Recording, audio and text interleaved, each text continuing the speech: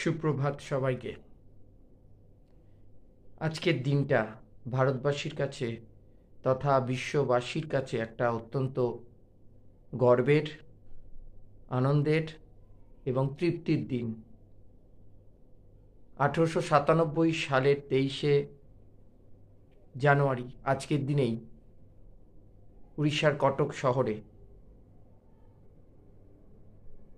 জানকীনাথ বসুর যোগ্য উত্তরাধিকারী, ভারতের সবার প্রাণের পুরুষ, স্বপ্নের মানুষ, প্রকৃত দেশপ্রেমিক, বিশ্ববরেণ্য মহামনীষী নেতাজি সুভাষচন্দ্র বসুর জন্মদিন। আজকে এত বছর বাদেও নেতাজির প্রাসঙ্গিকতা চিরস্মরণীয়, চিরবরণীয় হয়ে বিশ্বের প্রত্যেকটি মানুষের, প্রত্যেকটি ভারতীয়র মনের মণিকোটায় থেকে যাবে চিরভাস্বর হয়ে। যত দিন যাবে তত নেতাজির গ্রহণযোগ্যতা আরও বৃদ্ধি পাবে এবং তিনি একটা আদর্শ, তিনি একটা অনুপ্রেরণা, তিনি একটা জাতির মেরুদণ্ড, তিনি সৃষ্টি, তিনি উন্মাদনা, তিনি নবযৌবনের প্রতীক, তিনি স্বপ্নের কারিগর, তিনি আমাদের বল ভরসা, তিনি সাহস,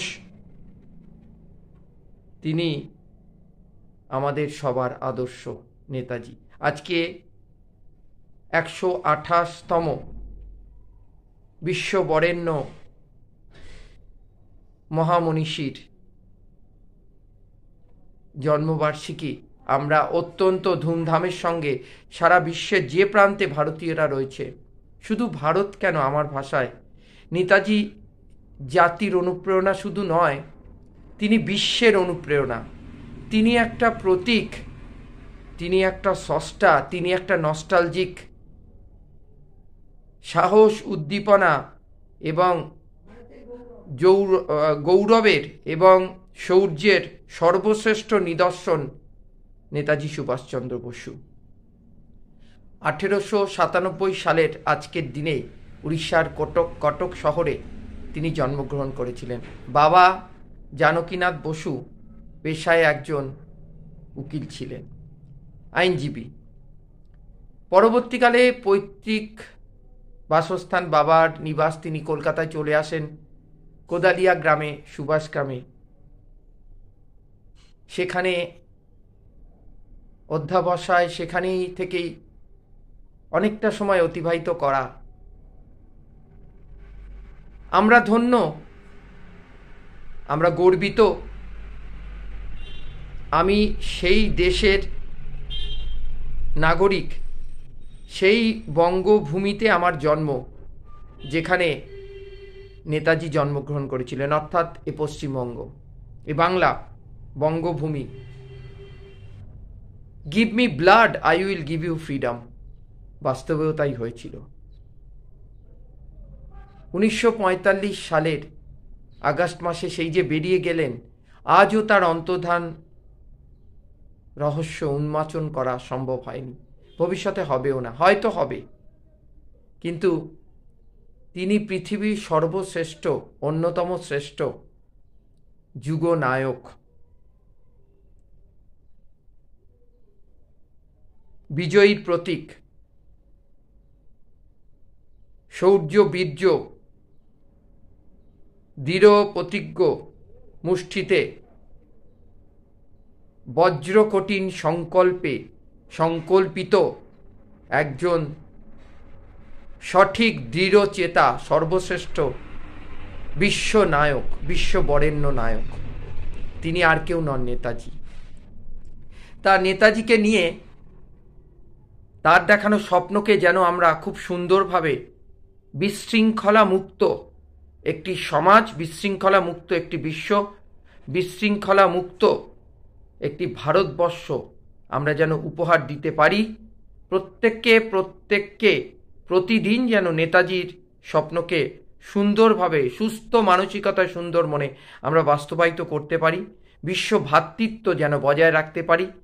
এইটা শুধু মনে না, করেও দেখাতে হবে, এবং আমরা করব, যাতে আগামী দিন নেতাজিকে প্রকৃত সম্মান জানিয়ে আমরা ভারতবর্ষকে সেই জায়গায় নিয়ে যেতে পারি। সেটা আমরা অবশ্যই করে দেখাবো।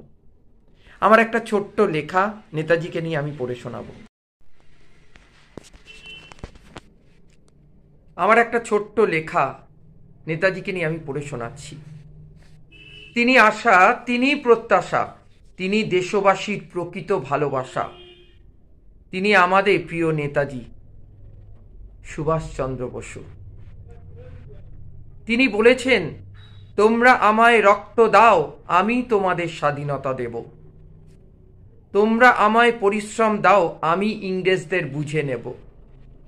হে প্রিয় দেশবাসী, তোমরা আমার সঙ্গে থাকো, তোমাদের সহযোগিতায় আমাকে তোমরা ভালো রাখো। তোমরা উদ্যত কণ্ঠে বীর বিক্রমে সম্মুখ সমরে সদর্পে এগিয়ে চলো। বন্দে মাতরম, বন্দে মাতরম, বন্দে মাতরম গর্ব করে বলো। স্বাধীনতার দরজা খোলো, উন্মুক্ত করো ভারত মাতাকে। বলো ভারত মাতা কি জয়। বলিষ্ঠ পদক্ষেপে দশভুজার শক্তি সঙ্গে নিয়ে কাপুরুষ ভীরু বর্বর ইংরেজদের করো পরাজয়। হে প্রিয় দেশবাসী, তোমরা ব্যাঘ্ররূপী, সিংহরূপী, অসীম সাহসী ভারত মাতার যোগ্য সন্তান। হে বীর যোদ্ধা, হে বীর সন্তান সংগ্রামী, হে প্রলয় সৃষ্টিকারী, কারাগারের অবরুদ্ধ স্বাধীনতার শৃঙ্খল ভেঙে ধ্বংস করে ছিনিয়ে আনবে একদিন স্বয়ং অন্তর্যামী। বহু কাঙ্ক্ষিত যে স্বাধীনতার ভোর, তা জানেন স্বয়ং ঈশ্বর ভগবান। দেশবাসী, তোমাদের সাহায্য নিয়ে নিজেকে ভারত মাতার চরণে সমর্পিত করে গঠন করলাম আজাদ হিন্দ ফৌজ সংগ্রামী সেনা। আজ ব্রিটিশ বাহিনী দিশেহারা, বিভ্রান্ত।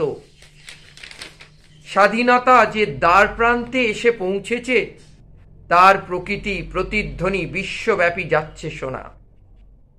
আর পথ নেই, ভীরু কাপুরুষ বিদেশি, এবার তোমাদের যেতেই হবে। অনেক মেরেছ, ভারত মাতা অনেক সন্তানহীন হয়েছে। সময় এসেছে দেয়ার উপযুক্ত জবাব, চরম শাস্তি পেতেই হবে।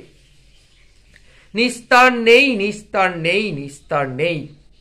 নিজেদের একতাই বলশালী হয়ে দেশবাসী জেগে উঠেছে যেই, আর পালানোর পথ নেই। আমরা তৈরি, প্রলয় আসছে, থামাতে পারবে না এই মহাসমুদ্রের সুনামি। ব্রিটিশ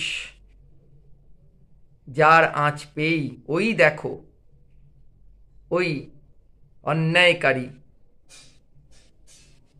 আজ পলায়ন করছে। কদম কদম बढ़ाए যা, গীত এ গায়ে যা, ভারত আবার জগৎ সবাই শ্রেষ্ঠ আসন লবে। ইংরেজরা সত্যি পালিয়ে গেছিল। আমরা একতাবদ্ধভাবে অন্যায় এর প্রতিরোধ করে, তাকে ধ্বংস করে ছিনিয়ে এনেছিলাম বহুদিনের কাঙ্ক্ষিত স্বাধীনতা। ফলে আমাদের এগিয়ে যেতে হবে। নেতাজিকে আমরা প্রকৃত সম্মান তখনই জানাতে পারব, তার দেখানো স্বপ্নকে তখনই সফল করতে পারব, যখন মুখে না, বাস্তবে প্রতিটা দিন, 365 দিনে প্রতিটা দিন যেন আমরা অন্তর থেকে নেতাজির স্বপ্নকে বাস্তবে করে দেখাতে পারি।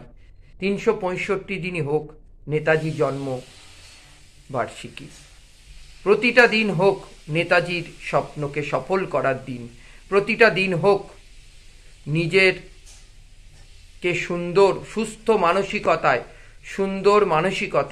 সুস্থ ভাষা ব্যবহার যুক্ত বিশ্ব ভ্রাতৃত্ব সৃষ্টির মধ্যে দিয়ে, বিশ্ব শান্তি প্রতিষ্ঠার মধ্যে দিয়ে একটি সুশৃঙ্খল, একটি সহযোগিতাপূর্ণ, বন্ধুত্বপূর্ণ সমাজ বিশ্ববাসীর কাছে যেন আমরা তুলে ধরতে পারি, এই প্রার্থনা আমার সবার কাছে থাকবে।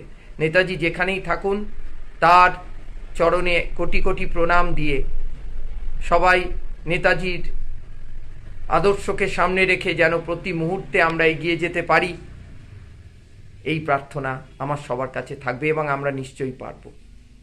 সবাই ভালো থাকুন।